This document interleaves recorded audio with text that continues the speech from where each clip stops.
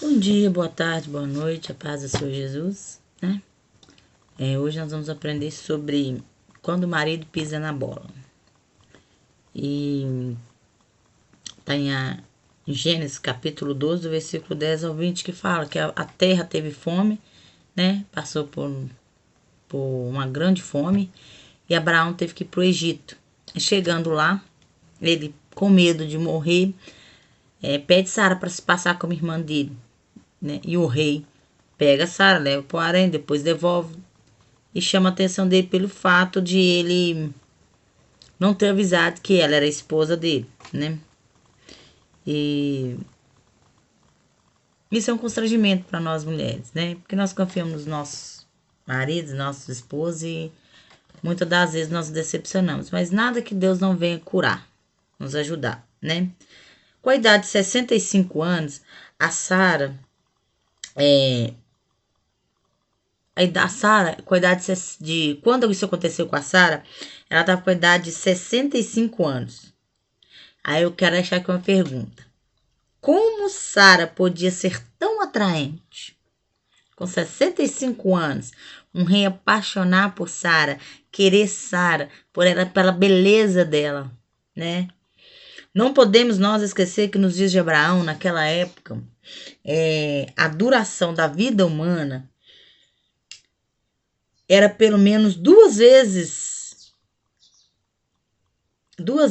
a do homem atual, ou seja, não envelheciam fácil. Então era de fácil beleza, não tinha tanta ruga, né? Tanta coisa para nos estressar. E o pecado também fez com que Deus ia diminuir nossos dias na terra.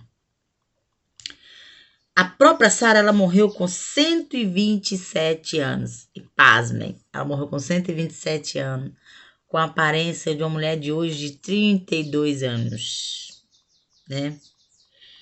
E ela não era idosa, né? Ao falecer.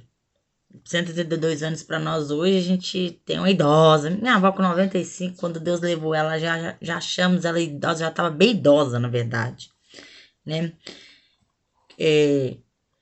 Se levarmos em conta que Abraão morreu com 175 anos, também não morreu de idoso, igual estamos hoje os idosos, não. Aos 65 anos, Sara devia ter aparência, que é o que eu falei, o equivalente a uma jovem de 32 anos, né? Que nos dias de hoje atuais. O fato de ela ser entregue a Faraó pela covardia de seu esposo, que temia ser morto por causa da beleza da sua mulher, que Sara era tão linda, que Abraão já sabia que no Egito o rei, quando vê uma mulher bonita, ele quer pôr no harém.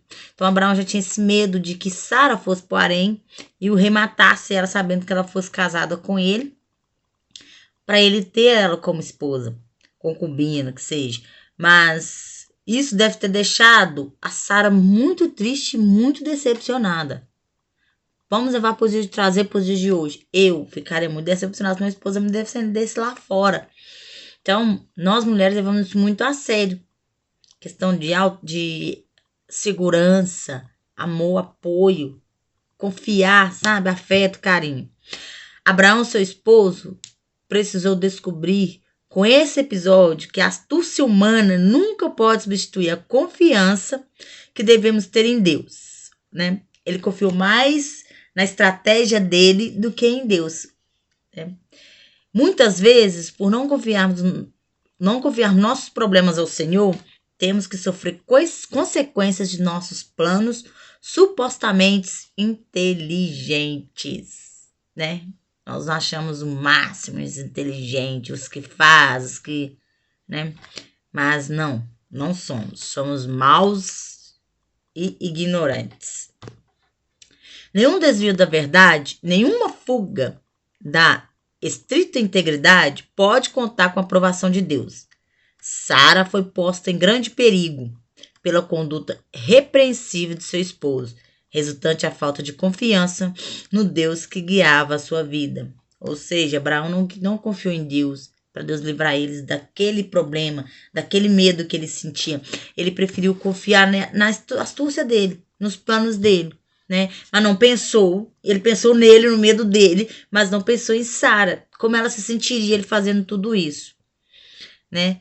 Foram juízos divinos sobre a casa real que livraram Sara da desonra e do pecado, bem como seu esposo da humilhação e da vergonha. Né? Deus é tão misericordioso, Deus é tão maravilhoso, que mesmo quando nós erramos com Ele, quando nós fazemos algo que entristecemos o coração dele, que magoamos, que não confiamos nele, mostramos que nós confiamos em nós mesmos, ele ainda dá o jeito dele, a misericórdia dele, de nos ajudar. Mas por mais que ele nos ajude, amadas, por mais que ele está ali, pronto para nos salvar daquele momento de angústia, tristeza, tribulação, de aflição, as consequências das nossas escolhas têm. Como Abraão teve, Sara teve. Nós temos que tomar muito cuidado, que nós temos o hábito de, muitas das vezes, de querer fazer as coisas de nós mesmos e achar que Deus vai nos livrar. Não. Ele vai nos livrar naquele momento, mas as consequências vêm das nossas decisões de escolhas. A Bíblia, ela não relata nada sobre como Sara reagiu a esse perigoso constrangimento, mas pelo contexto, percebe-se que o perdão e a compreensão, frutos de um amor sincero por seu marido, prevaleceram na resolução dessa grave crise causada por ele, né? O fruto desse amor sincero, né? Deu uma crise nesse casamento, com certeza. Provavelmente ela ficou pensando, poxa, ele poderia ter feito mais, ter me defendido, ter me apoiado, né? Deus ia nos livrar. Mas, não, ele preferiu fazer por conta própria e colocar a vida dela em risco, né? O amor verdadeiro é o temor do Senhor. O amor verdadeiro e o temor do Senhor são os mais eficazes remédios para o tratamento das feridas e decepções experimentadas no matrimônio. Amados, não adianta nós queremos curar nossas feridas por nós mesmos. Feridas que às vezes médico não possa. Nós por conta própria não podemos curar. Pelo contrário, nós causamos uma úlcera no coração, porque guardamos no coração mágoa e ressentimento. E muitos casais hoje estão assim. O que o marido faz com a esposa leva pro coração e não perdoa. Fica mágoa, tristeza, ressentimento. Eu conheço muitos assim. E é triste ver o quanto Deus quer fazer na vida da pessoa e a pessoa não quer perdoar porque tá agarrada naquilo que fez lá atrás. Na defesa que não teve do esposo, sabe? No cuidado, na proteção. E muitas das vezes nós olhamos nós, que ele deveria ter feito, que eu amo, que eu fiz, que eu isso, mas nós também não olhamos o lado do outro. Abraão teve medo. Às vezes nossos maridos às vezes têm medo, eles são homens, mas eles têm medo.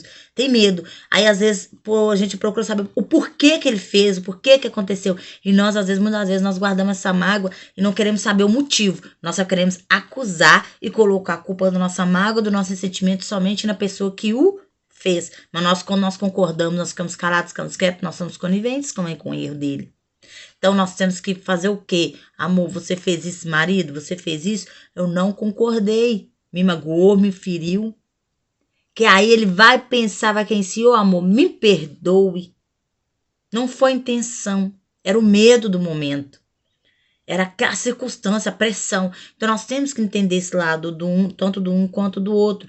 E só o amor verdadeiro e o temor do Senhor são os mais eficazes remédios. Não adianta nós querer curar por si só, por nós mesmos. Tem feridas que é só ele que cura. É só ele que cicatriza. E muitas das vezes ele vai lá para curar, para cicatrizar, ele vai nela e mexe. Abre ela para curar de novo, para cicatrizar. Abre ela de novo a ferida. Muitas das vezes, por quê? Para cicatrizar de vez. Para não ficar nada, para que ela não venha brotar de novo. Então, que nós possamos, amados, deixar que o amor verdadeiro e o temor do Senhor possa trabalhar na minha e na sua vida, para que possamos ser uma mulher segundo o coração de Deus, uma mulher sábia como Sara, né? Que mesmo ferida, magoada, ela fez o que o marido quis que ela fizesse. Por quê? Porque ela sabia que lá na frente tudo ia se resolver. Muitas vezes a gente quer resolver as coisas no momento, naquele momento. Mas às vezes não é naquele momento, depois você resolve. Claro que a questão de diálogo, essas coisas tem que conversar. Tem coisas que é para agora, mas tem coisas que é para depois. E Sara entendeu isso de Abraão. quando Abraão pediu ela consentiu de realmente se passar como irmã dele. Porque ela concordou com isso também. Então, amados, que nós venhamos deixar Deus, o amor do Senhor, o temor do Senhor, nos ajudar. E nós queremos temer a Ele.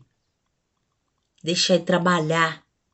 Deixar que Ele cura as feridas. E que nós venhamos liberar perdão para os nossos entes, nossos amados, nosso esposo, até mesmo para um amigo, para uma mãe, um pai, um filho. Porque muitas das vezes magoa a gente não quer liberar perdão. Isso dá uma úlcera.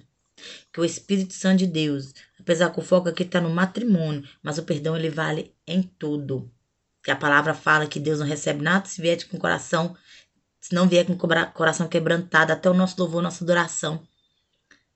Não adianta, ele não recebe. A gente tá com o coração triste, magoado, ferido, sem liberar perdão.